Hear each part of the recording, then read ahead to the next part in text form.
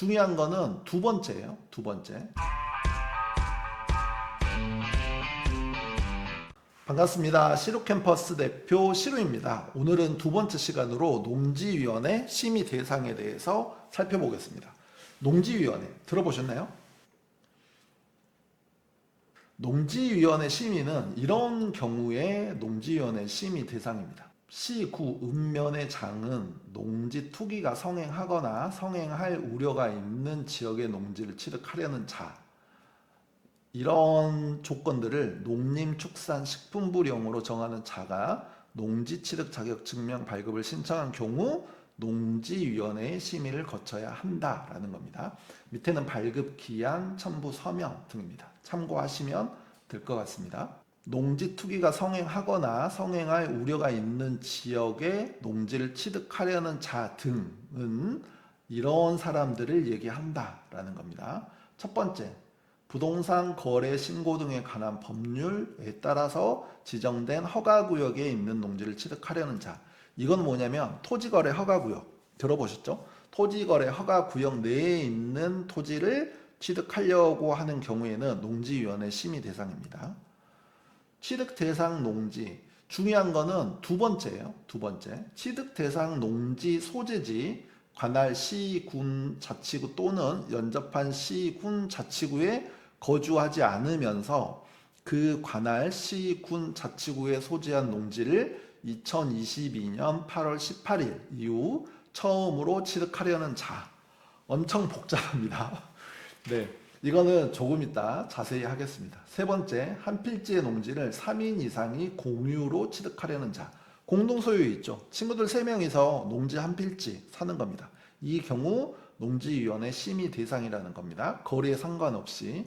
농업법인은 무조건 농지위원회 심의 대상이에요. 이 농지위원회 심의 대상은 전체적으로 어떤 경우에 심의를 하냐면 투기적 성향이 있다고 보는 겁니다. 기본적으로. 나머지 5, 6, 7은 참고하시면 됩니다. 두 번째를 좀 자세히 보겠습니다. 두 번째가 실무에서 가장 많이 나오고 빈번한 케이스입니다. 이거를 이해하시려면 자치구와 행정구에 대한 이해가 좀 필요해요. 자치구는 뭐냐면 구청장을 선거로 뽑는 지역입니다. 행정구는 구청장을 시장이 임명하는 이런 시를 행정구라고 해요. 자치구는 서울, 인천, 부산, 울산, 대구, 대전, 광주 이런 광역시에 있는 구들 있잖아요. 이런 구들은 자치구입니다.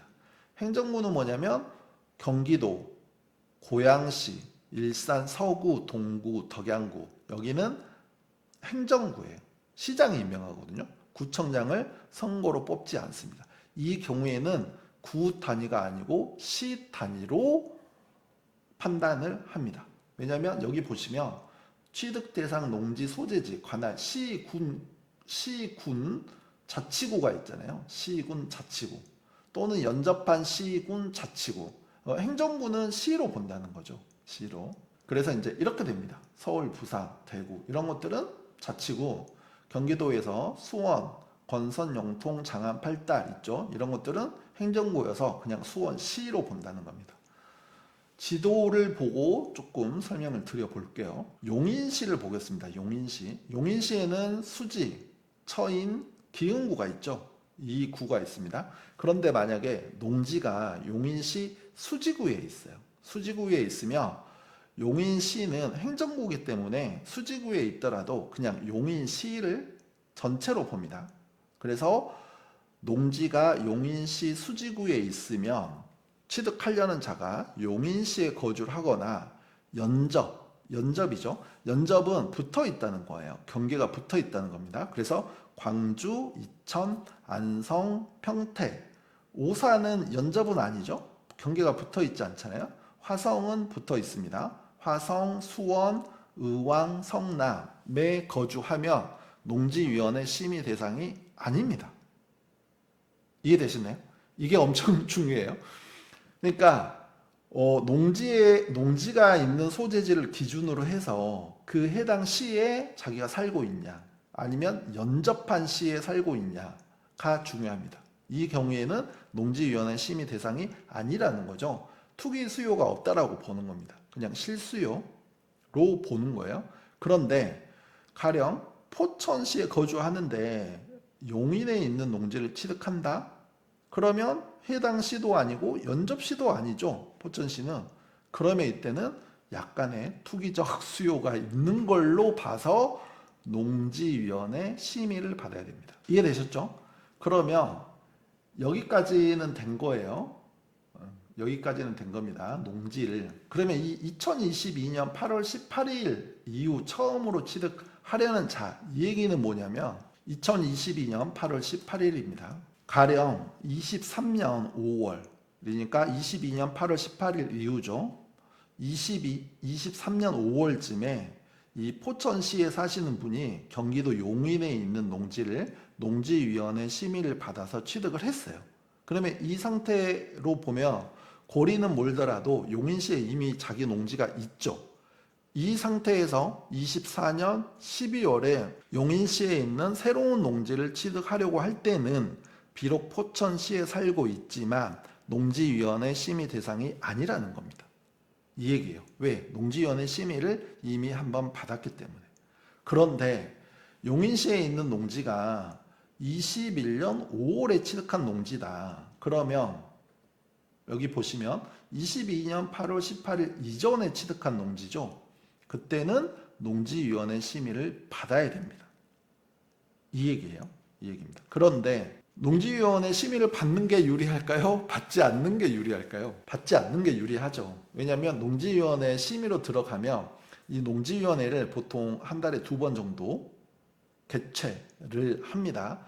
이 농취증, 농지취득 자격증명서 담당은 시구읍면장이에요. 그런데 보통은 이제 산업계장님이 담당을 합니다. 그래서 농지위원회 심의 대상인 경우에 농취증 신청이 들어오면 한 달 기준으로 상반기, 하반기, 그러니까 초, 말 이런 식으로 해서 농지위원회 개최를 합니다. 그런데 이 농지위원회가 매번 똑같은 분들이 이렇게 들어오시는 게 아니에요. 여러 명이 있는데 그 중에서 몇 분이 이렇게 돌아가면서 농지위원회에 참여를 합니다. 그러다 보니 기준이 일정치 않아요. 가령 어떤 A라는 사람이 농지위원회에 5월에 신청한 거랑 8월에 신청한 거랑 결과가 다르게 나올 수도 있습니다. 이 농지위원회 심의는 농지위원회 위원이 결정하는 대로 결과가 나오는 거기 때문에 그만큼 이 농지위원회의 위원이 어떤 성향이냐가 굉장히 중요해요.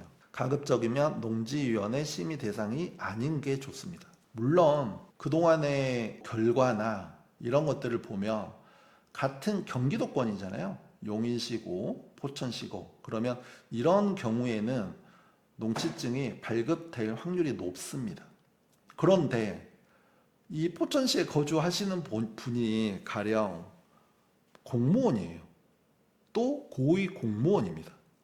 그런데 이분이 용인시의 농지를 취득하려고 한다.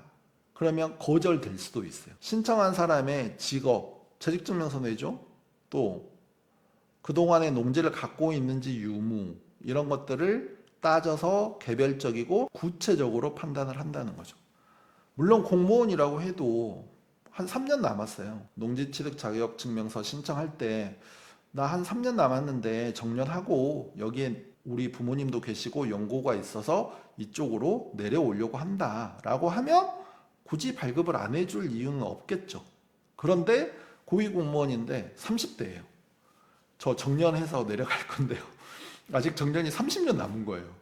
그런 경우에는 거절될 수도 있는 겁니다. 그래서 이제 법이 바뀐 이후로는 농지취득 자격증명서가 케이스 바이 케이스로 많이 나뉘고 있습니다. 어떤 경우에는 되고 어떤 경우에는 안 되고 이런 게 없어요. 다음은 자치구 보겠습니다. 광주광역시예요. 광주는 광역시니까 자치구입니다. 왜? 구청장을 선거로 다 뽑습니다. 나주, 이 아래가 나주거든요.